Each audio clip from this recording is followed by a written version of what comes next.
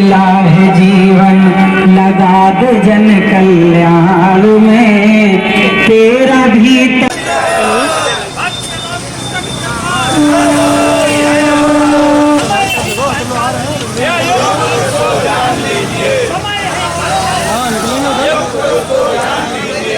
चौराहा साइड में देखो गाड़ी निकल रही है। हाँ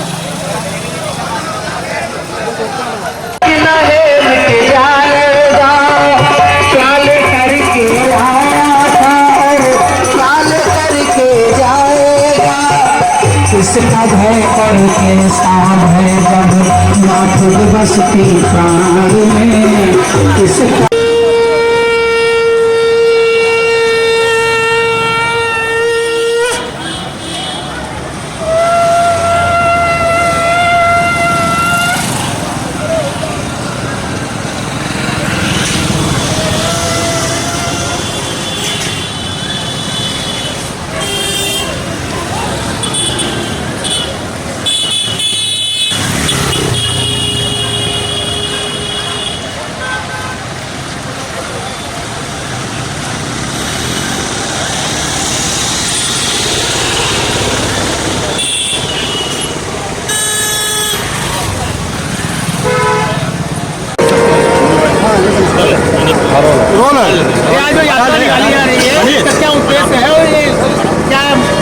भारतीय संघ चेतना पार्टी का स्थापना दिवस है।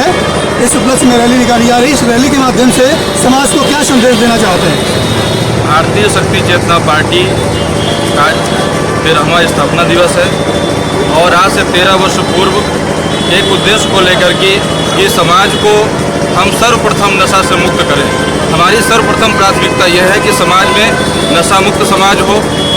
समाज में हर तरह की जो समाज आम जन की जो ज़रूरत है, जो कई पार्टियां कई वर्षों से बन करके तब भी उन समस्याओं को दूर नहीं कर पा रही, तो आम समाज के साथ जुड़ करके आम समाज की यह पार्टी आम समाज जो गली गली में बैठा है, जो शराब पी रहा है, जो भ्रष्टाचार से जूझ रहा है, जो चाहता है कि गौ हत्या ना हो, वह गौ की पूजा करता है तब भी हो रही चीज़ें, उन चीज़ों को हम कैसे समाप्त करें, उसके लिए संवैधानिक व्यवस्था में आकर के, हालांकि यह जो आप संगठन देख रहे हैं कई वर्षों समाज के बीच कार्य कर रहा है।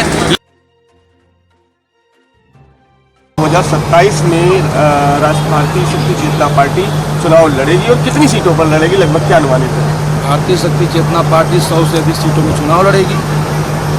पहले भी लड़ी है। पहले जिन चीज़ों के कारण हम असफल हुए उन चीज़ों को हमने समझा है, जाना है, और इस बार इस कानपुर में इस सभा से ऐसी सभा आज यहाँ पर हुई और लगभग 35 से 40 जिलों में हजार लोगों की रैलियाँ निकाली गई हैं। आज से हमने शुरुआत कर दिया है उस लक्ष्य को लेकर के, और उन कमियों को दूर करते हुए इस बार हम अपने पूरे दमखम के साथ, जोर के साथ अपने सिद्धांतों को लेकर के उससे हम समझौता कतई नहीं करेंगे, एक पैसे के लिए भी नहीं करेंगे, चाहे कोई 1 करोड़ रुपए भी दे।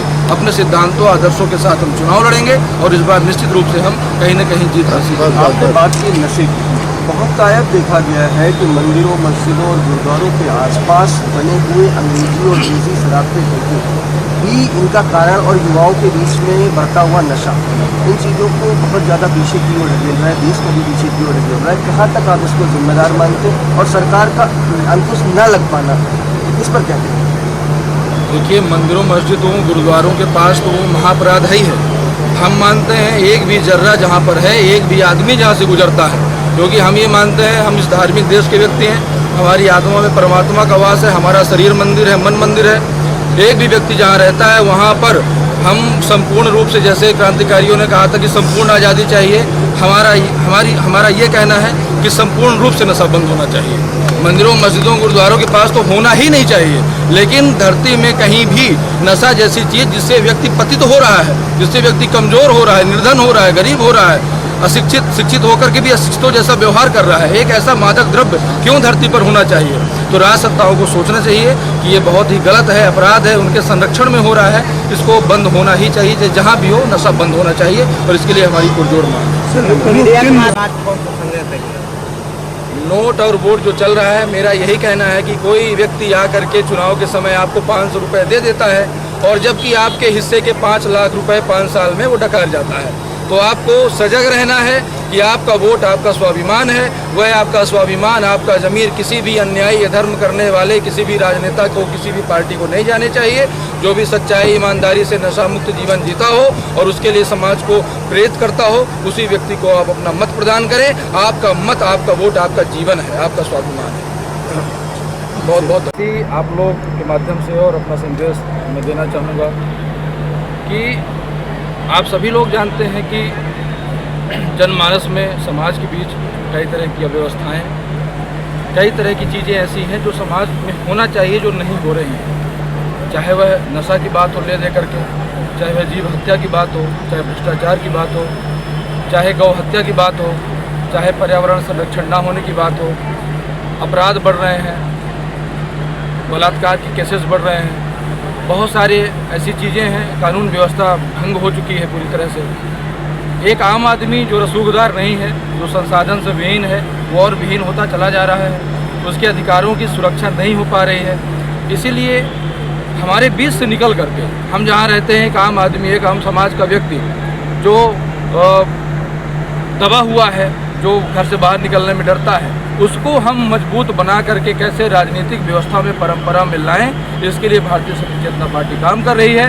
एक व्यक्ति जो अशिक्षित है, असहाय है, भयग्रस्त है, निर्धन है, कमज़ोर है, गरीब है, वो अपने पैरों पर खड़ा हो और सवाल करना सीखे और राजनीतिक व्यवस्था में आकर के खुद परिवर्तन करने के लिए प्रेरित हो और दूसरों को भी प्रेरित करे। इसके लिए भारतीय शक्ति चेतना पार्टी काम कर रही है। और कानपुर वालों से मैं यही कहना चाहता हूँ, उद्योग की नगरी कही जाती है, यहाँ पर बहुत सारे सुविधा संपन्न से युक्त व्यक्तियों का यह गढ़ है।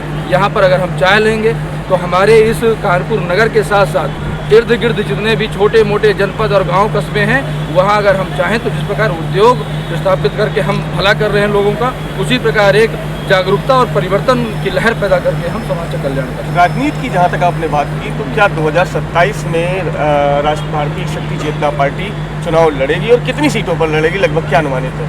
भारतीय शक्ति चेतना पार्टी 100 से अधिक सीटों में चुनाव लड़ेगी। पहले भी लड़ी है। पहले जिन चीज़ों के कारण हम असफल हुए, उन चीज़ों को हमने समझा है, जाना है।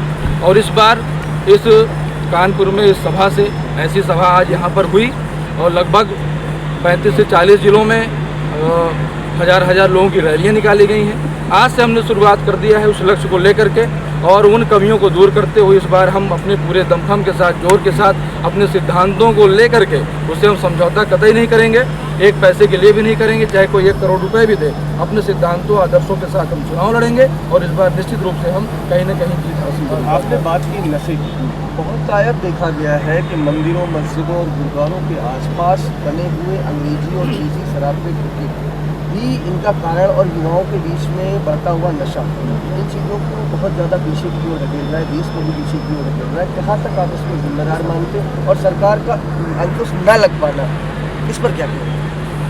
देखिए, मंदिरों, मस्जिदों, गुरुद्वारों के पास तो वो महाअपराध ही है। हम मानते हैं एक भी जर्रा जहाँ पर है, एक भी आदमी जहाँ से गुजरता है, क्योंकि हम ये मानते हैं, हम इस धार्मिक देश के व्यक्ति हैं, हमारी आत्मा में परमात्मा का वास है, हमारा शरीर मंदिर है, मन मंदिर है। एक भी व्यक्ति जहाँ रहता है वहाँ पर हम संपूर्ण रूप से, जैसे क्रांतिकारियों ने कहा था कि संपूर्ण आज़ादी चाहिए, हमारा ये कहना है कि संपूर्ण रूप से नशा बंद होना चाहिए। मंदिरों, मस्जिदों, गुरुद्वारों के पास तो होना ही नहीं चाहिए, लेकिन धरती में कहीं भी नशा जैसी चीज़ जिससे व्यक्ति पतित हो रहा है, जिससे व्यक्ति कमज़ोर हो रहा है, निर्धन हो रहा है, गरीब हो रहा है, अशिक्षित शिक्षित होकर के भी अशिक्षितों जैसा व्यवहार कर रहा है, एक ऐसा मादक द्रव्य क्यों धरती पर होना चाहिए? तो राज सत्ताओं को सोचना चाहिए कि ये बहुत ही गलत है, अपराध है, उनके संरक्षण में हो रहा है, इसको बंद होना ही चाहिए। जहाँ भी हो नशा बंद होना चाहिए और इसके लिए हमारी पुरजोर मांग है। मीडिया के माध्यम को लेकर के आप लोगों के बीच में जाएंगे 2027 में जी, किन प्रमुख मुद्दों को लेकर के 27 में लोगों के बीच में मुद्दे कुछ अलग से नहीं हैं, मुद्दे वही हैं जो समाज की ज़रूरतें हैं। चाहे वह, फिर से वही बात दोहराता हूँ, चाहे वह नशा हो, प्रमुखता से नशा हो, चाहे महिलाओं की समस्या हो, बलात्कार के जो बढ़ते हुए केस हैं और इस केस में भी नशा ही जिम्मेदार है, एक्सीडेंट्स होते हैं उसमें नशा ही जिम्मेदार है। चाहे आप सबसे महत्वपूर्ण चीज़ मिलावट, खाद्यान्न पदार्थों में जो मिलावट है, गली गली, कूचे कूचे, दुकान दुकान बिक रहा है, ऐसा कोई सामान नहीं जिसमें मिलावट ना हो, जिसमें बीमारियां ना होती हो, कैंसर ना होता हो, ऐसी चीज़ें धड़ल्ले से बिक रही हैं। इन प्रमुख मुद्दे हमारे यही हैं और इनको लेकर के हम समाज के बीच जाएंगे। समाज समझ रहा है, समाज समझेगा और हमें कहीं ना कहीं अपना मत सर, आज सनातन धर्म के ऊपर बड़ा कुठाराघात हो रहा है, कैसे सनातनियों को आप एकजुट करने का प्रयास करेंगे? सनातनी एकजुट ही हैं। आप लोग देख लीजिए, इतना बड़ा यहाँ पे सभा हुआ, यहाँ पर ये राजनीतिक भी माने जाते हैं, धार्मिक भी माने जाते हैं। धर्म और राजनीति एक हो चुका है और यही सनातन की सबसे बड़ी जीत है, सनातन की सबसे बड़ी पहचान है। सनातन का उत्थान तभी होगा जब व्यक्ति का आचरण धर्ममय होगा, केवल बातें नहीं होंगी। जब धर्ममय आचरण होगा, व्यक्ति बढ़िया से बढ़िया साधना करे, पूजा करे, पाखंड से दूर रहे, व्यक्ति नशा मुक्त रहे, मांसाहार मुक्त रहे, चरित्रहीनता से मुक्त रहे, ऐसा व्यक्ति होगा तो सनातन की रक्षा अपने आप होती चली जाएगी। और भारतीय शक्ति चेतना पार्टी का हर एक कार्यकर्ता, हर एक पदाधिकारी ऐसा ही सनातनी का जीवन जी रहा है। आज नोट और वोट उसी पर चल रहा है, तो आप मीडिया के माध्यम से समाज को कौन सा संदेश देंगे?